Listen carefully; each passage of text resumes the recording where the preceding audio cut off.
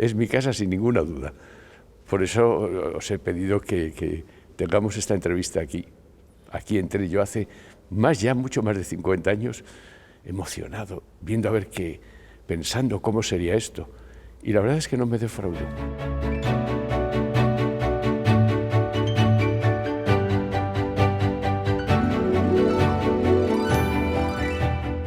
Porque yo entré aquí quizá por el puro despiste de que esto era letras.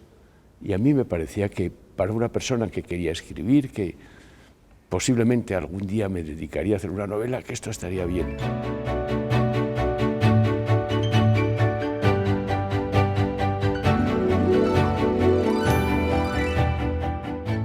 Ojalá fuera yo la mitad de verdad de preparado. Ojalá tuviera la mitad de la capacidad que tenían ellos de transmitir conocimientos.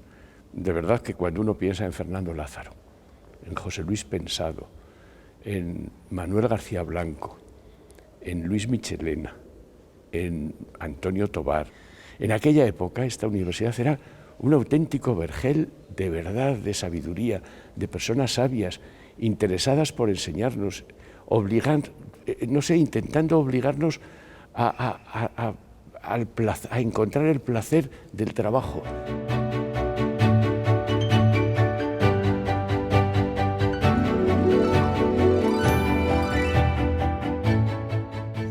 Yo creo que lo mejor que puedo aportar de mi trayectoria profesional es haber ayudado a Corominas en su diccionario crítico etimológico de la lengua castellana, sí.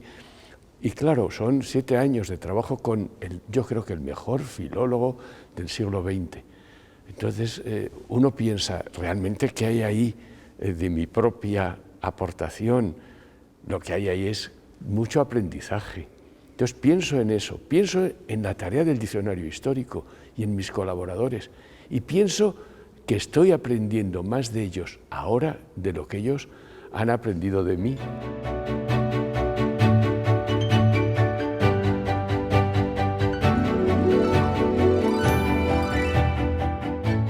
Ese diccionario es un reto porque no tiene nada que ver con ningún diccionario anterior. Es una base de datos, y eso es importante, una base de datos en que todo se relaciona. Quiere decir que tras ese diccionario no basta con que haya un lexicógrafo, tiene que haber unos informáticos.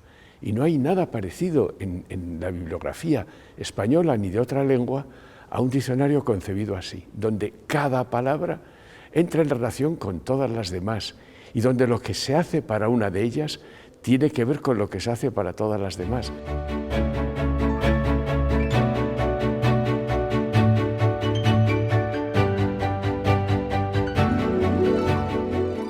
Antes de la guerra había la idea de que el español es el de aquí, de manera que se podía criticar el seseo, o decir, bueno, convendría que quienes sesean se adapten al uso, no de los españoles, sino de los de Madrid para arriba.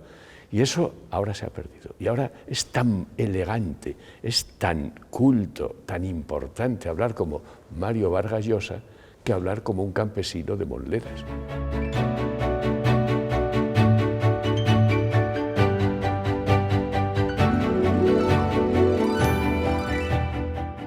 Yo creo que nos estamos pasando, porque, claro, yo soy de los más conservadores. Al fin y al cabo, me dedico a la historia de las palabras.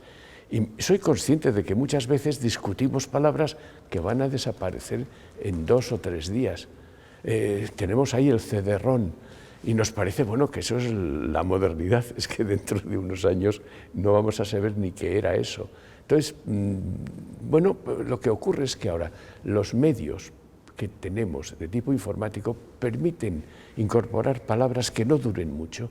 Y sí me sorprende que mis colegas están muy abiertos a los usos, a lo que dicen sus nietos, sus hijos, a lo que oyen a las demás personas. Y desde luego no se sienten con la verdad de verdad en su boca, sino que piensan que la verdad la tienen todos los que hablan.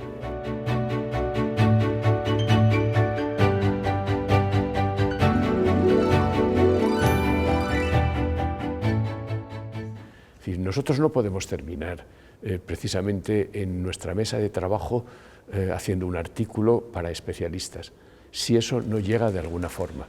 Y esa es yo creo que es una obligación.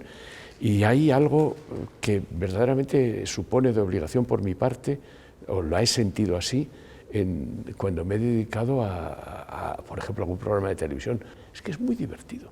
Cuando uno sale del fonema y se encuentra con el sonido, cuando uno deja de lado la tilde y habla del acento, y entonces se pone a hablar en vaqueros y transmite a los demás de qué se trata y no oculta las cosas con esa pretenciosidad del trabajo de investigación, es que uno se siente muy contento.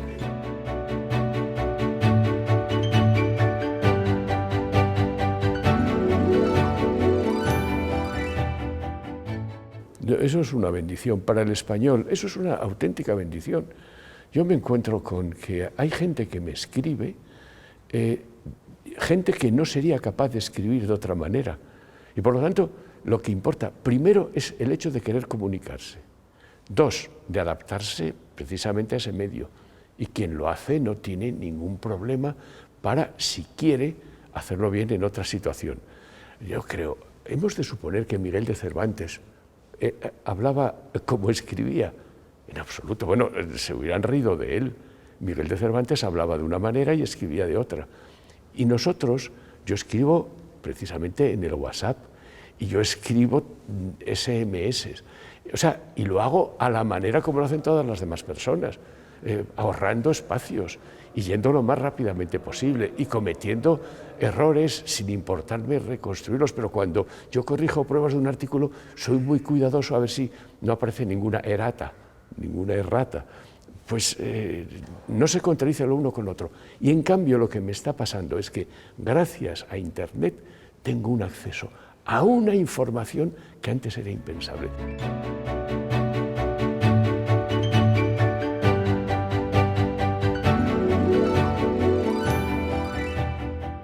En este momento no pretendemos suplir, no digo ya suplantar, sino suplir al inglés para convertirnos en la lengua de comunicación internacional. Esa es una pretensión que no la tiene nadie. Pero es que es como si yo, viviendo en un piso muy cómodo, muy confortable, quisiera llegar a vivir en un chalet que tuviera la extensión de la Casa Blanca. El español es una lengua confortable, es una lengua con la que uno se comunica en muchos lugares, que se habla en muchísimos sitios, que tiene una magnífica literatura, que permite entender una enorme cantidad de cosas, de textos, no solo por la lengua, sino por la cultura que contienen. O sea, que esta lengua tiene, por ejemplo, un Quijote, eso, vamos, tiene un Góngora, tiene un Quevedo, tiene un Mario Vargas Llosa, tiene una enorme cantidad, diríamos, de cultivo, y nos permite además muchísimos de nosotros entendernos. Yo llego hasta ahí. Luego, la épica, que es conquistar Internet, me parece que no tiene sentido. Es como si yo a mi edad quisiera batir el récord de los 100 metros lisos. ¿Para qué queremos ir más allá? Vamos a mantener esa lengua que tenemos, vamos a seguir cultivándola, vamos a hacer posible que la extensión que tiene sea una extensión que nos resulte cómoda.